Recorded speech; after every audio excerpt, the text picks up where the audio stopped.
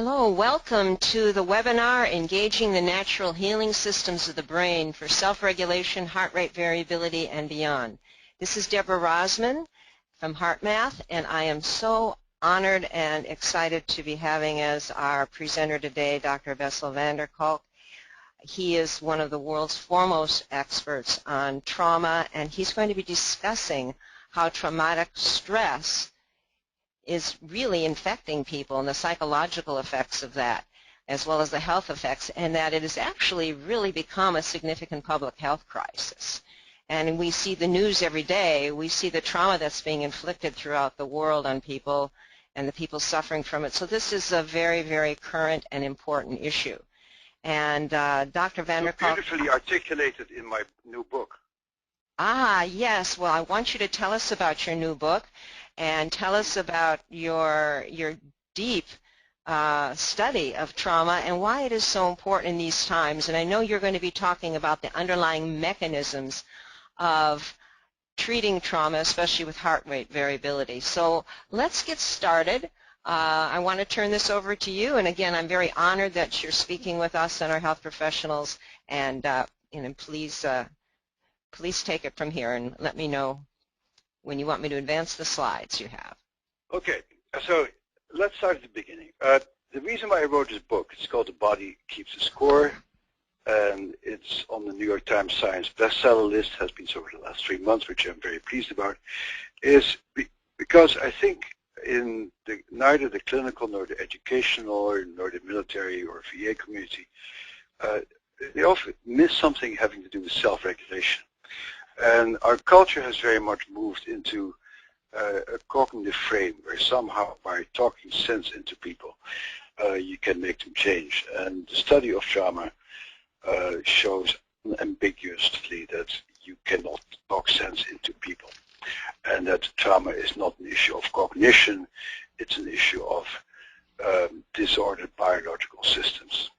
And so in the first slide, we see a very important fundamental finding by my friend and colleague Marilyn Cloyter. She was studying a group of sexually abused adolescent girls. And when the study was over, she thought, from her impression, that the reason that girls had gotten better is because they felt comfortable and safe with the staff. Now, being a good researcher, she's tested that hypothesis. And so she put in the notion that she measured how strong the therapeutic alliance was on the left and the therapy outcome for PTSD on the right. And what you see is that that was a non-significant correlation. That's a very big issue for most psychotherapists. Like to believe that the therapeutic alliance is the core issue that makes people change. And so Marilyn found that that's not the case, and so she put other variables in the path analysis. And the critical variable, if you keep moving through the slide, is negative mood regulation. What she found is that if the therapy leads to improved affect regulation, the patients got better. That raises the big issue of how do you teach affect regulation? And what is affect regulation all about? It's the most important reason why people go into therapy, and yet when people go to school for psychology, social work, psychiatry, we don't learn self-regulation techniques until some of us go to yoga studios and start learning how to breathe properly and to move, and then we learn about affect regulation. So basically, next slide. There's two ways in which we can learn to regulate ourselves. One is from the bottom up, from breathing and moving and touching, and the other one is from the top down. And both these issues are relevant for the talk for today. So next slide. But the work of Joseph Ledoux, the slide you see here, was given to me by Joe when he visited here a few years ago.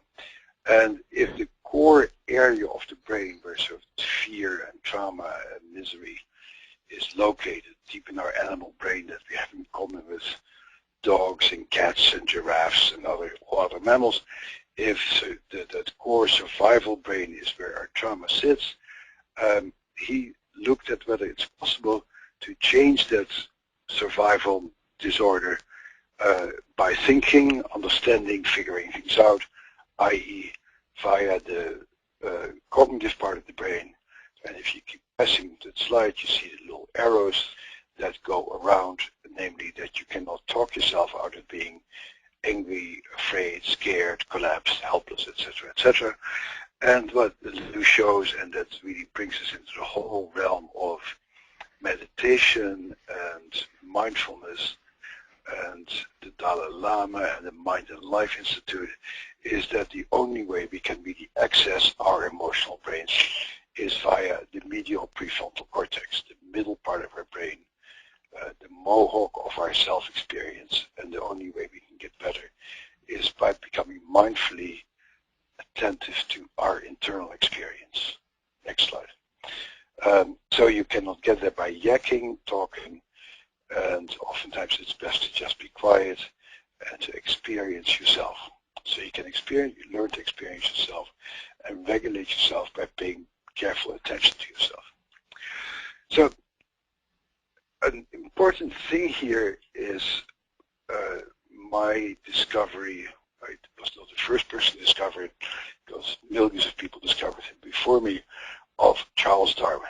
And the fantastic things that Charles Darwin had to say about the brain and trauma and emotions. And I think it behooves anybody in this field to really pay careful attention to what Darwin had to say. So Darwin is, like all of the rest of us, enchanted with technology. But the year is 1872, and in 1872 the only technology that has been invented is photography. There are no street lamps, there's no electricity yet, there is no cars, no automobiles, no airplanes, there's just photography, the very first beginning of a new technology. And like a good boy, Darwin uses the latest technology to try to understand what he's studying. And being a member of the British Empire, he sends notes all over the world and says, send me pictures, photographs of tribespeople, kids, adults, actors involved in various emotional displays. And he puts all of these pictures on his kitchen table in his country house, and he lumps them together, and he notices that animals and people and tribes of all societies have the same emotions, and they all involve the same body movements.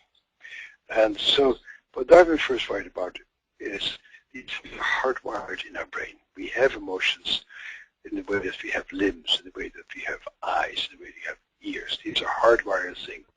And that's a good warning for those of us who do therapy, is when somebody is angry or sad or miserable or frightened, you cannot tell people don't be angry, don't be frightened, don't feel miserable, because these emotions are hardwired and are sitting deep inside of our animal brain.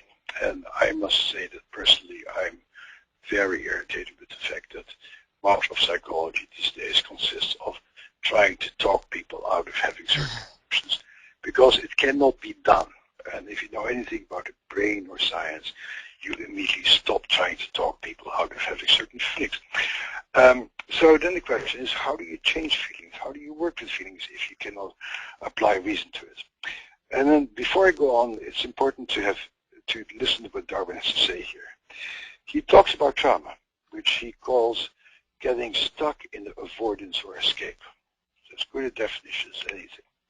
And he says, behaviors to avoid or escape from danger have clearly evolved to render each organism competitive in terms of survival. So fighting, flighting, and freezing is all good for you, and it helps you to survive. But if you get stuck, i.e. if you develop PTSD, you develop inappropriately prolonged escape or avoidance behaviors, and that put the animals at disadvantage, because here Darwin solidly joins the Catholic Church. The goal of life is reproduction, is to make your little ones.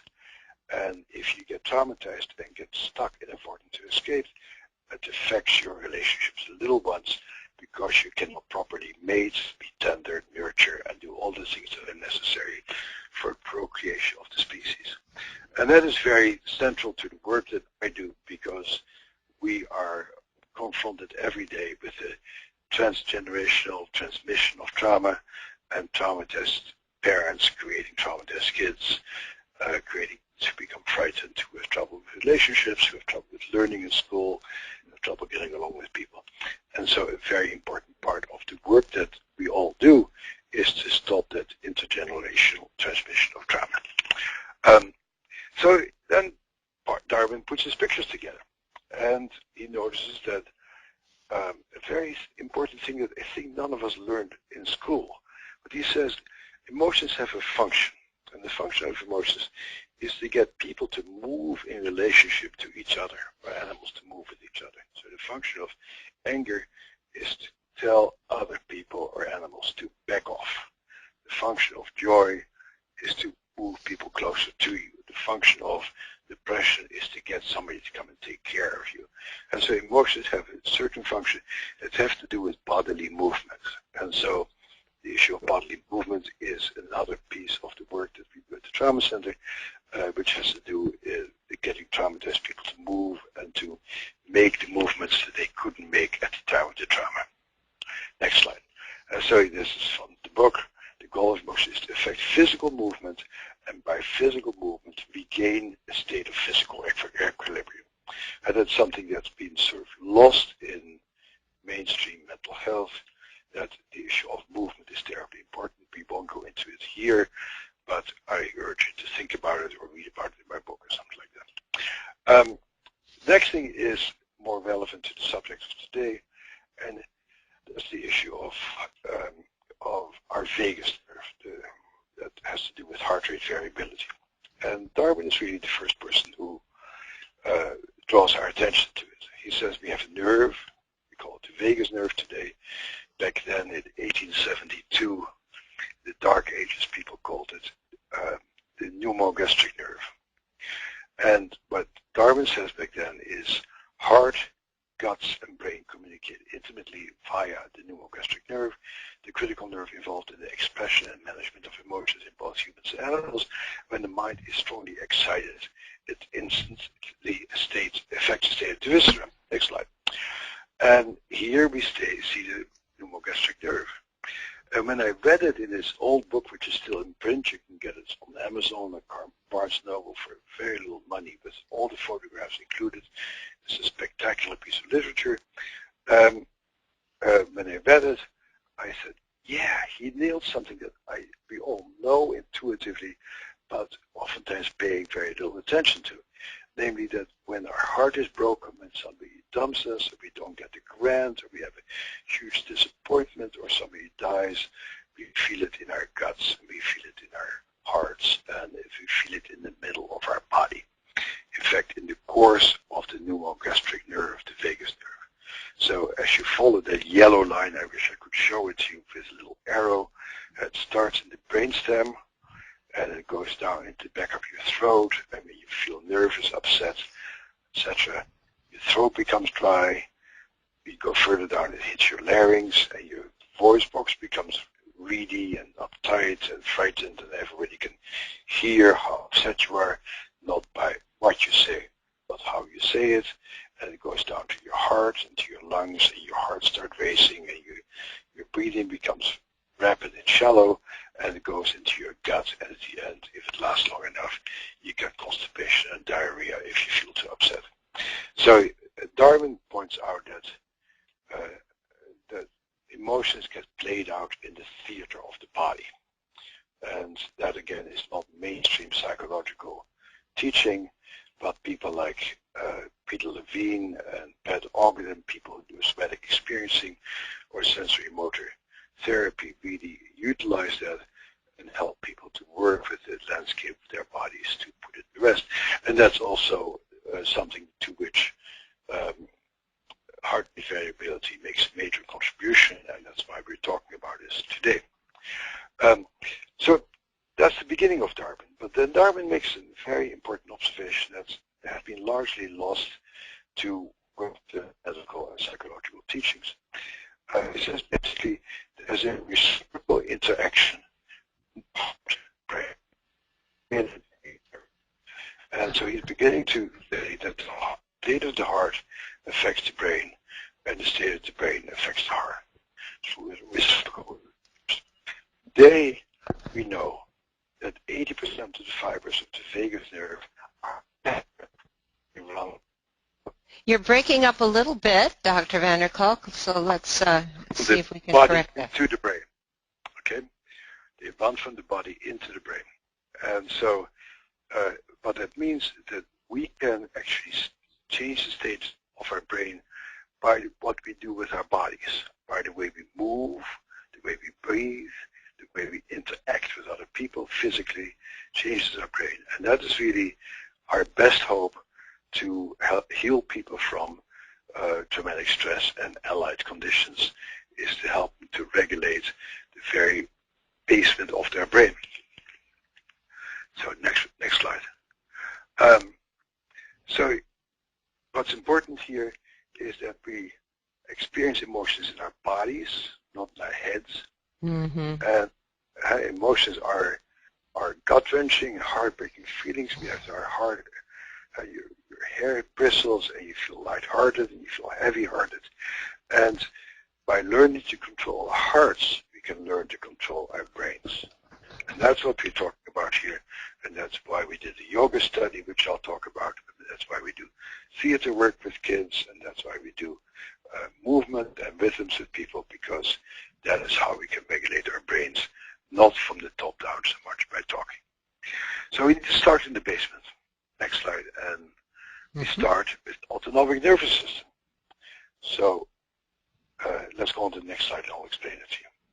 So basically what you see here is a cross-section of the bottom of our heads.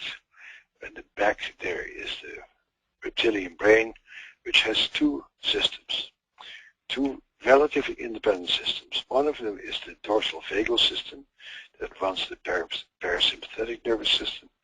And the function of the parasympathetic nervous system is for you to sleep and dream and be awake at the proper cycles, for you to get your period at the right time, for you to mature at the right time, for you to move your bowels at the right time, for us to heal our wounds. And so the parasympathetic system is involved with taking care of our interior beings. The other system, the sympathetic nervous system, which has a different chemical basis, different electrical basis to some degree, is meant to help us to move. All mammals move, and we move in unison. And that's run by adrenaline and adrenaline-type substances, and that system is there to move. Now, when little babies are born, they are either in one state or another. They are either sleeping and pooping and taking care of their bodies, or they're out there screaming, yelling, sucking, and engaged in the world. And that is out of sync with the people around them. And then slowly, in order to become a mammal, you need to arrange your central nervous system in conjunction with the central nervous system of other people. So you need to get in sync with people. And in order to do that, if you press the slide, you get to the next piece, you activate the ventral vagal system. The ventral vagal system, and Stephen Porges has spelled this out more than anybody else, is the system that gets you in sync with yourself and in sync with your surroundings. And again, that's based on this Darwinian notion of the brain and the heart having reciprocal interactions. So we have ways of regulating our relative balance between our sympathetic and our parasympathetic system by social engagement, by singing with people, looking at people, hearing people's voices, and changing our breathing and our heart rate. And so the nerves of the heart go to the brainstem, and the nerves of the voice box go to the brainstem, and the back of the throat, and the ear. Next slide. And the facial muscles. So if we could see each other and you would smile at me, that would go straight to my brainstem and change my brainstem arousal system. And you frown, if you frown at me and look critically at me, then it goes also straight to my brainstem and tells my brainstem this person is a dangerous, scary person, and that changes my autonomic nervous system. And so we are deeply interconnected creatures, and your voice and your face affects my voice and my face and vice versa. And that is at the core of our mammalian heritage, and it has a lot of therapeutic implications. Next slide. So these slides come from Stephen Sumi's lab, the director of the National Primate Center in Rockville, Maryland, and he shows that if you're a little baby or a little baby monkey and your mom is a really nice person, a nice furry person who holds you to her belly, that her autonomic nervous system affects your autonomic nervous system, and you learn to feel calm and safe inside, and to know that when you're upset, there's somebody out there who's going to be there for you, and that creates a stable central nervous system.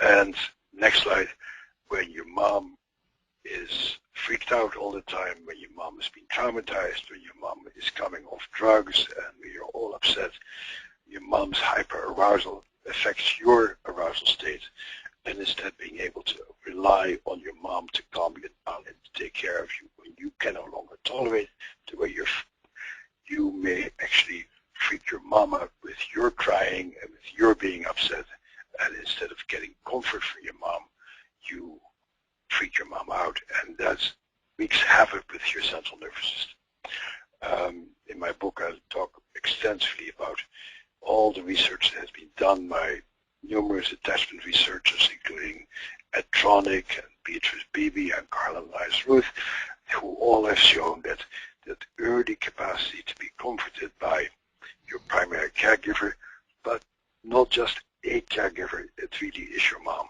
has a profound effect on your lifelong capacity to modulate yourself. And in a little while we'll see how that plays itself out in the populations that we treat.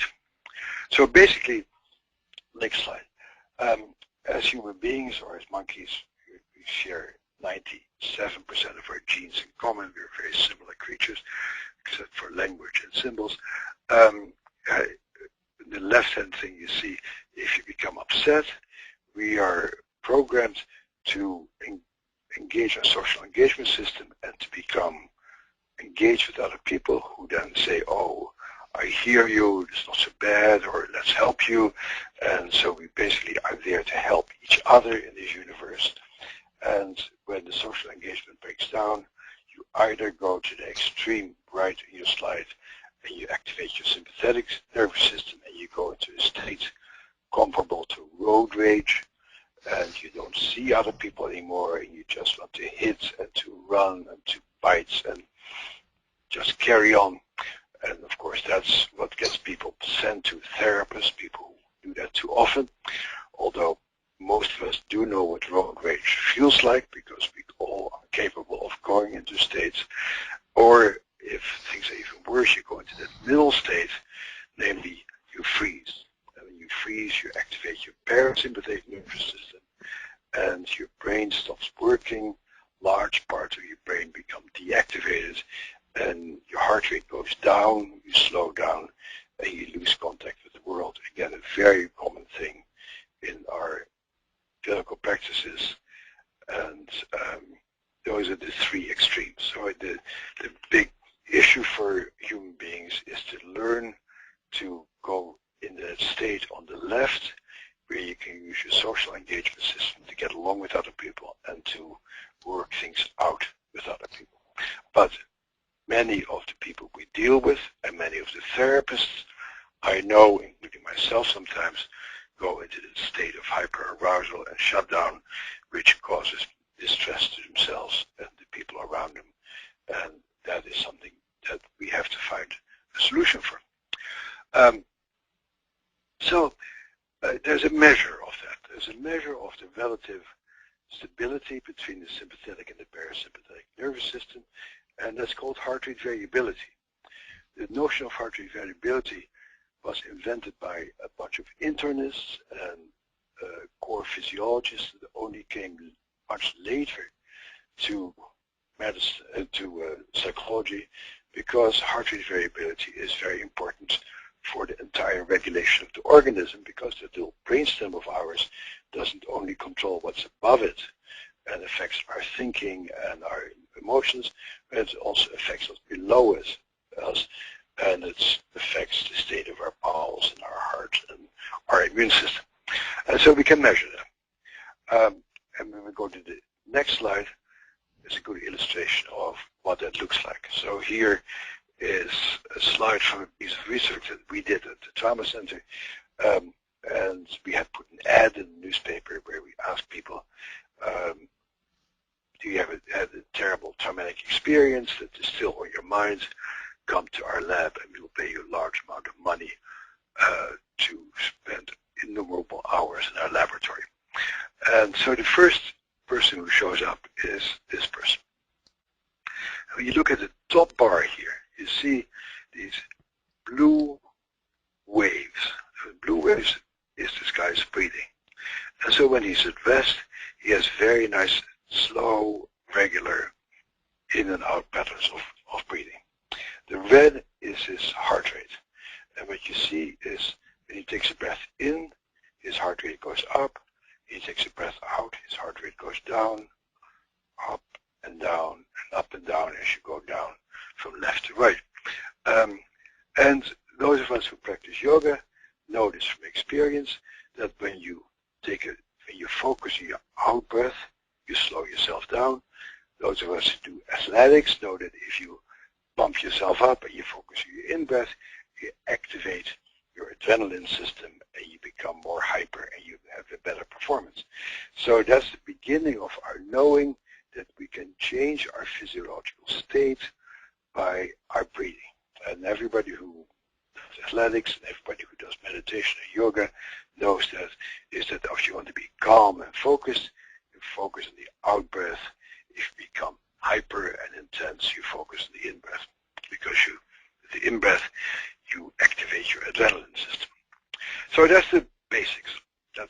And this up and down of your heart rate, or the waves of the red over there, is the heart rate variability. The heart rate goes up and down, but most of you on this webcast probably know that. And again, it's interesting when we look at the next bar on the first trauma script, where we play back the car accident that this particular guy was in. And as he's remembering this very bad experience, and it was very bad, he becomes upset. And we all can become upset. This doesn't mean we have PTSD. It means we remember something very unpleasant that's happened to us. And as he remembers that, his breathing, those blue lines, becomes very rapid and shallow and irregular. And his heart rate also becomes irregular and it becomes faster. And so he loses his coherence, as you know, and as we call it. But my colleague Jim Hopper, who was working in the lab at that point, very cleverly notices, isn't it interesting that when you look on the left there, that his heart rate keeps going up and down in sync with his breathing. He says, Bessel, isn't it interesting? This guy continues to have a fair degree of coherence.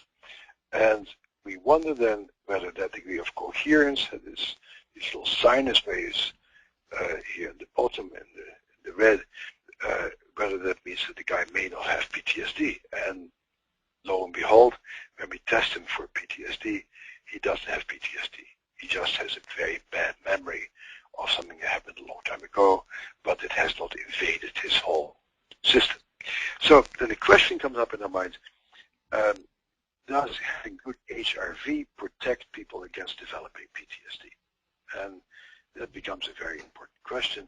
And the other question also is can we actually help people to overcome their PTSD by stabilizing their brainstem and helping them to increase their heart rate variability?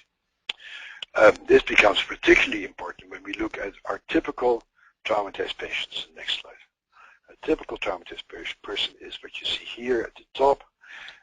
When this woman sits in front of us, her breathing is very rapid and very shallow, and her heart rate is very low, and they have no interaction with each other. That's terrible heart rate variability.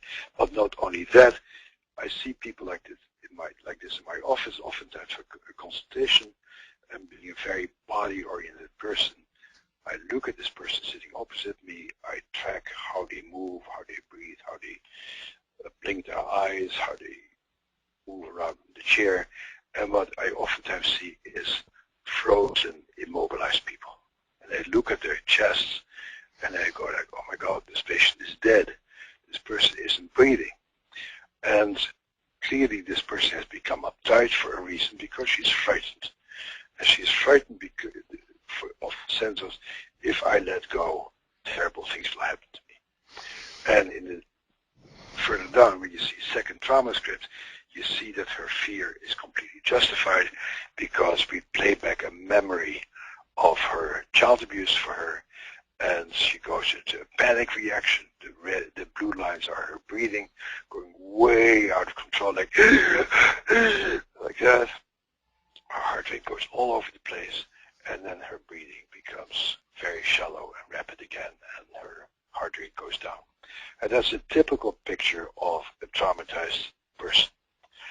And so we see that, and we start wondering whether this particular picture, this very slow and rapid breathing, and this inability to modulate your heart rate variability, might in fact be an important engine of post-traumatic stress disorder.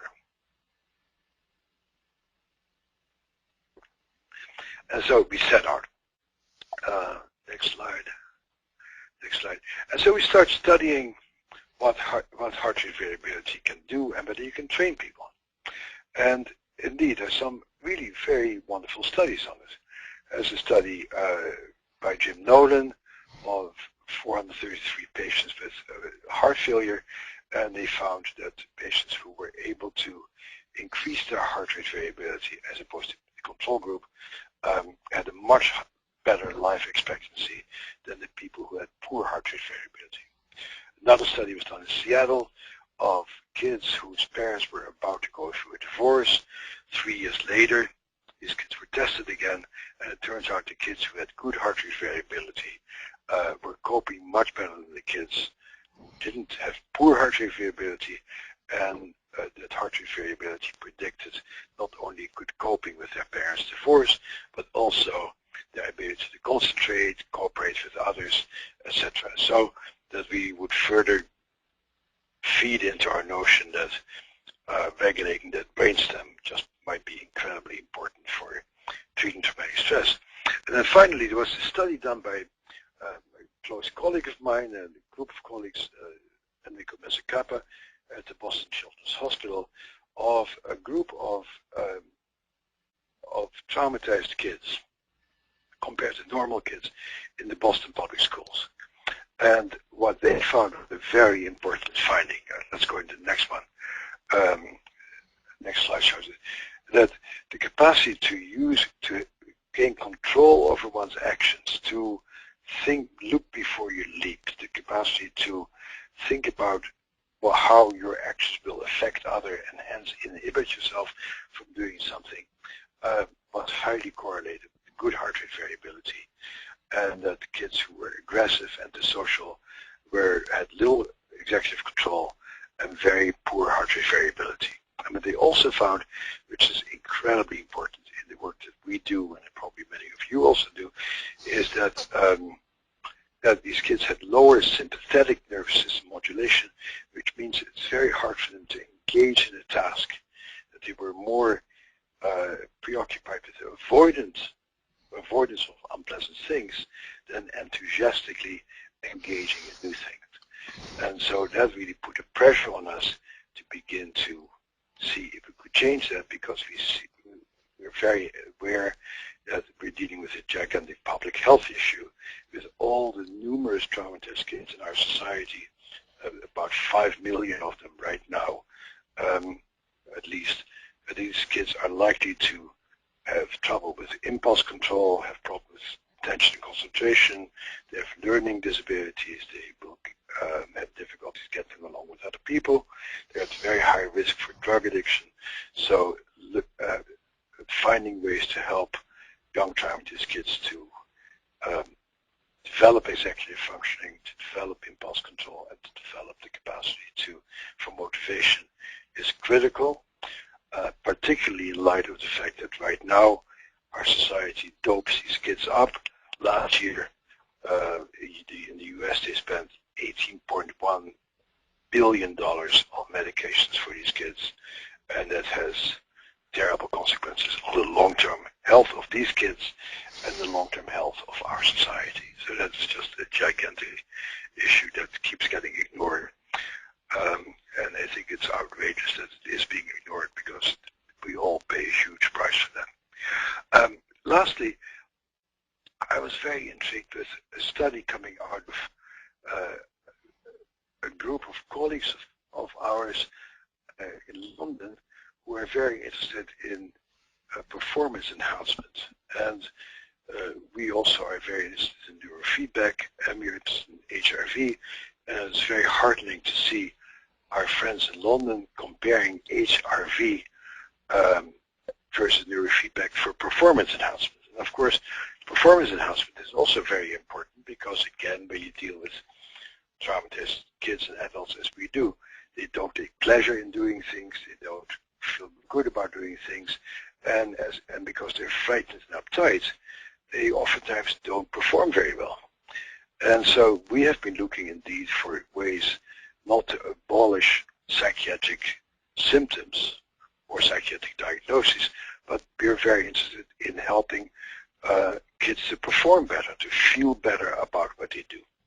And as it turned out, heart rate variability training and dancing and neurofeedback were both good, but neurofeedback was better for timing issues, and the HRV was better for performance, which is very interesting and worthwhile investigating further.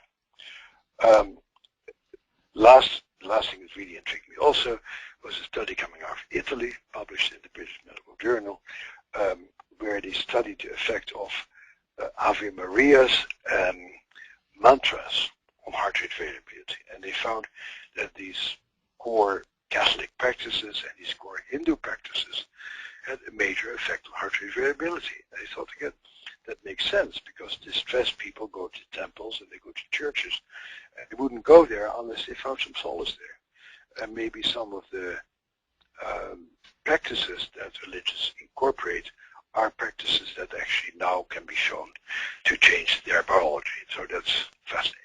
So next slide. Let's skip this one. High heart rate variability. So the research also clearly shows that if you have good heart rate variability, you tend to be optimistic, you tend to take initiative, and you become stress resistant. And if you have low heart rate variability, like people with PTSD almost always do, they become depressed, they are anxious, they have trouble learning, and it's also a predictor of mortality. So the big issue now becomes, how can we train people to get good heart rate variability? And I was going to do some practice here, but we don't need to do it, so let's skip those things. And let's just say that we want to train people, and when we train people, you first have to get inside of yourself, and that is really at the core of all post-traumatic therapy, is feeling safe to pay attention to yourself.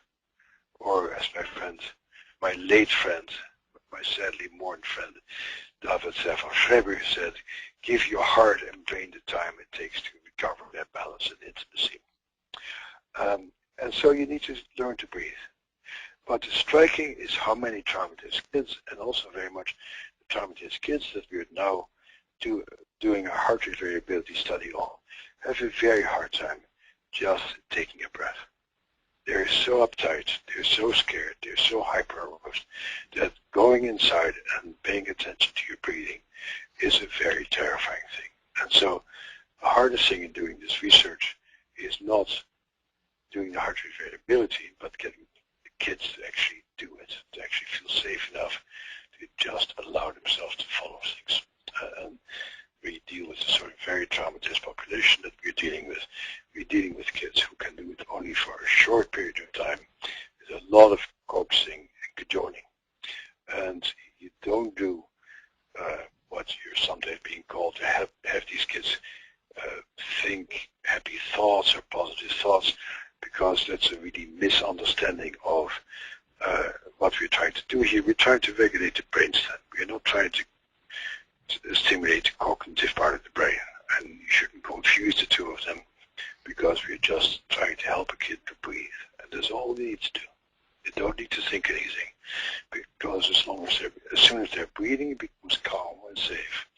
Their minds will become calm and safe. It's really important to know what you now know, namely that when the basement is flooded, when the brainstem is all over the place, the cognition goes offline, and you cannot think happy thoughts. You cannot go to happy places.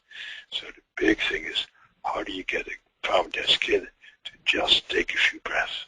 And sometimes you may want to put your hand gently behind their back, or you may move your hands up and down in a qigong motion and make it playful, or to throw a ball back and forth, just to coax the kid into learning to breathe very slowly.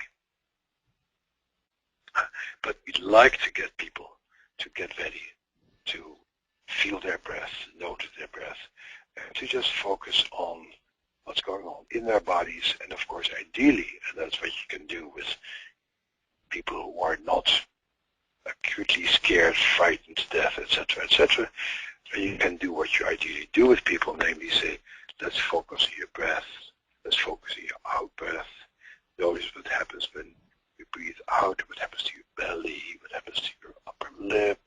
When you have another thought, you do what John Kabat-Zinn taught me, to say to people, okay, when you notice another thought come in, just notice that thought and go back to feeding your breathing. And always go back to your breathing, but welcome your thought and say, oh, that's an interesting thought about how scared I am at home. Okay, let's leave that aside right now.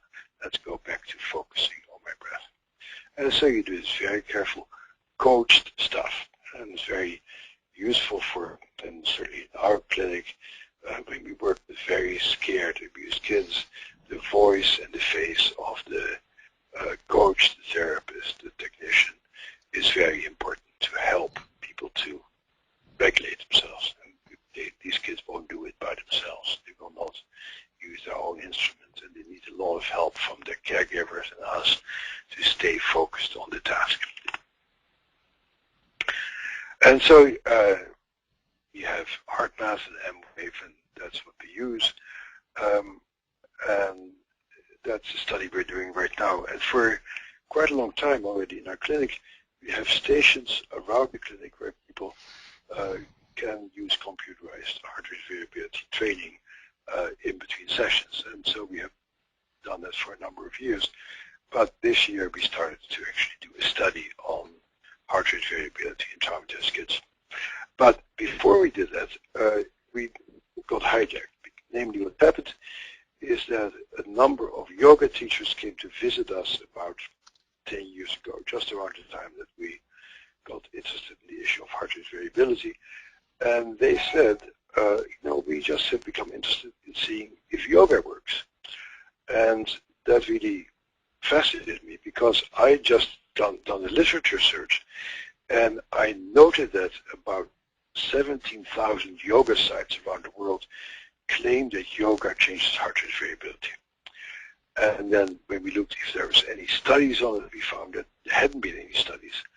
And so having this new access to a group of yoga teachers, we decided to study if yoga could change heart rate variability.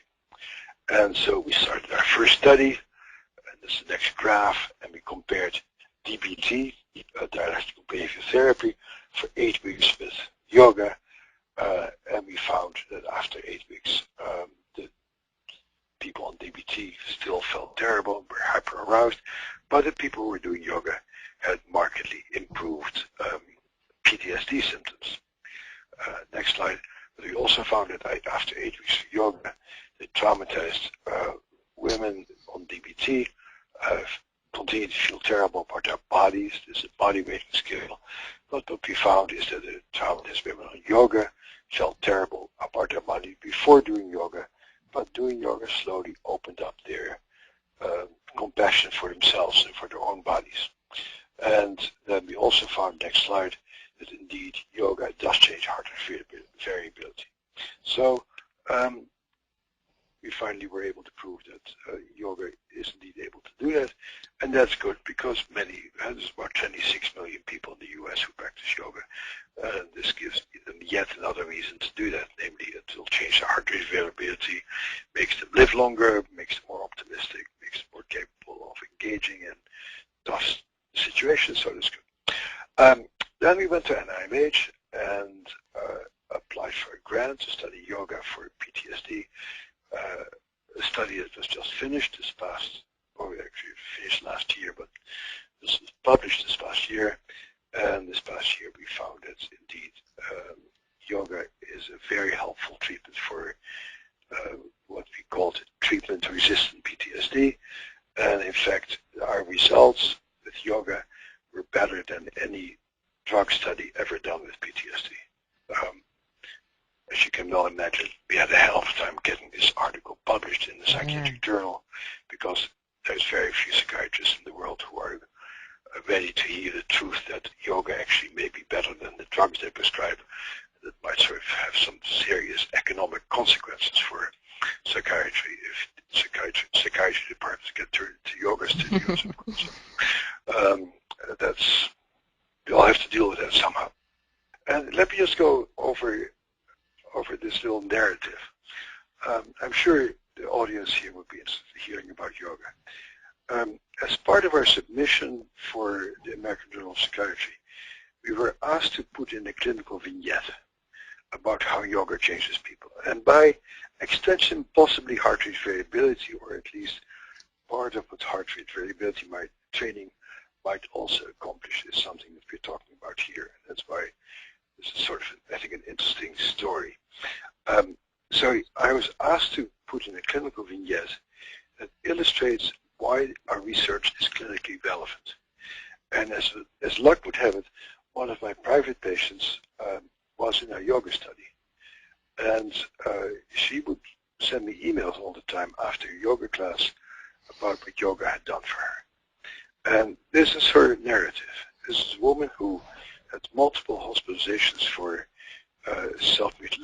self-injurious behavior, suicide attempts, very frozen, very frightened person for a very long time, horrendous history of unspeakable abuse. And this is what she writes, what yoga did for her. She said, yoga is about looking inward instead of outward and listening to my body. A lot of my survival has been geared towards never doing those things. I have been refusing to listen to my body, but such an important part of who I am. I'm so disconnected from my body when I cut it. In the yoga class, I tried just noticing the sensations in my body. And I noticed that when we did that pose where you thread one arm through the other and twist, I started to feel like the pelvic part of my body, front and back, was all there was to me. I slowly learned to just have my feelings without being hijacked by them. Life is more manageable. I'm more into my day and more present in the moment. I am more tolerant of physical touch. My husband and I are enjoying watching movies cuddled in bed together, a huge step. I can finally feel intimate with my husband. Our article was rejected by the American Journal of Psychiatry because they said our clinical example detracted from the scientific value of our research. They said, well, thank you very much for this letter because I will love to publish that letter in my book to tell you something about how psychiatry journals think, because I think anybody who can accomplish that with their patients is doing a very fine job. So I'm going to come to an end here because I have data on yoga. I don't have data on M-Wave yet for kids. I'll talk a little bit about it before I stop now. But we also did some brain scans after people did yoga, and what we noticed that certain critical parts of people's brains were changed in the 20-week yoga practice. And what you see on top, the insula is the part of your brain that helps you be in touch with your body and makes it possible for you to listen to the needs of your body and to take care of them. A major problem with traumatized people. At the bottom, the other part of the brain that lights up is the dorsomedial prefrontal cortex, which is the part of your brain that gives you a sense of who you are, what you are. Part of the brain that gets very damaged in traumatized children and adults. So these practices that are currently called alternative practices seem to be able to affect core biological functions in ways that mainstream practices at this point cannot do or have not been proven to do. And this has to do with focusing on helping people to regulate their relationship to their bodies. And that brings me back to where we started, and that's the issue of heart rate variability training. Learning to regulate your brainstem arousal system is possibly one of the most effective ways in dealing with trauma, abuse, the long-term legacy of trauma, and its imprint on the mind and the brain, namely hyperarousal, impulsivity, aggressivity, loss of concentration and attention. And usually when studies are done with something like M-Wave, they're done on a very healthy population. They don't have access to the sort of very traumatized kids that we see in our residential treatment settings, and the sort of very traumatized kids who don't show up for studies but who are being seen in inner city mental health centers or on very troubled inpatient units. And those are the people who we are primarily interested in. We are really interested in finding solutions for kids whose prognosis is, without effective intervention, is actually quite terrible. And so we're pulling out all stops. We are working very hard on training these kids to control their heart rate variability. We don't have any data to share with you at this point yet. We do yoga with these kids. We do sensory integration with these kids to help them to develop sensory awareness of their bodies and what their bodies need. We do neurofeedback with these kids to help them to rewire their brains. And I think we are doing something that I'd encourage my colleagues to do, and particularly people who have access to philanthropy and money, namely to actually treat the people who need it most, not the people who already have the resources to find ways of getting better, but the people who are sort of the outcasts in our society, the people on Medicaid or sometimes some states without any insurance at all, and the people who, if they don't get help now, will become a huge burden to themselves and to society at large. And we need to find solutions for these very damaged systems, people, etc. So that's what we're dealing with. And so that's what I hope that other people are doing this sort of research and not just proclaim how good it is without collecting data. It's a little bit, I think neurofeedback and heart rate variability training and yoga are all a bit in the same boat. There are many more people who sing the praises of how wonderful it is than people who actually have very solid data. The literature is not very big, and I think it's important for us to be able to show that we can make the change we want to make, and also to know what the limitations are, what we can and cannot do in what populations. And so I hope we can all of us can make a serious contribution to making this, putting this on a more solid scientific footing. That's it. Well, thank you so much, Dr. Van der Kalk. It was fascinating and very illuminating. I mean, I've studied heart rate variability for years, and I learned some new things based upon your research and findings and just profound insights. I know that everyone will appreciate this, and it's such an important message that we need to get out to the world and to doctors and health professionals everywhere. So my book is called The Body Keeps the Score. I wrote it so that people will love to turn the pages, and the first prize I got for this book actually was a literary prize, which I was very pleased by, because it's hard to read a book if it is not fun to read. And so this book is fun to read, and I hope it will inspire people to do this work and to do this well.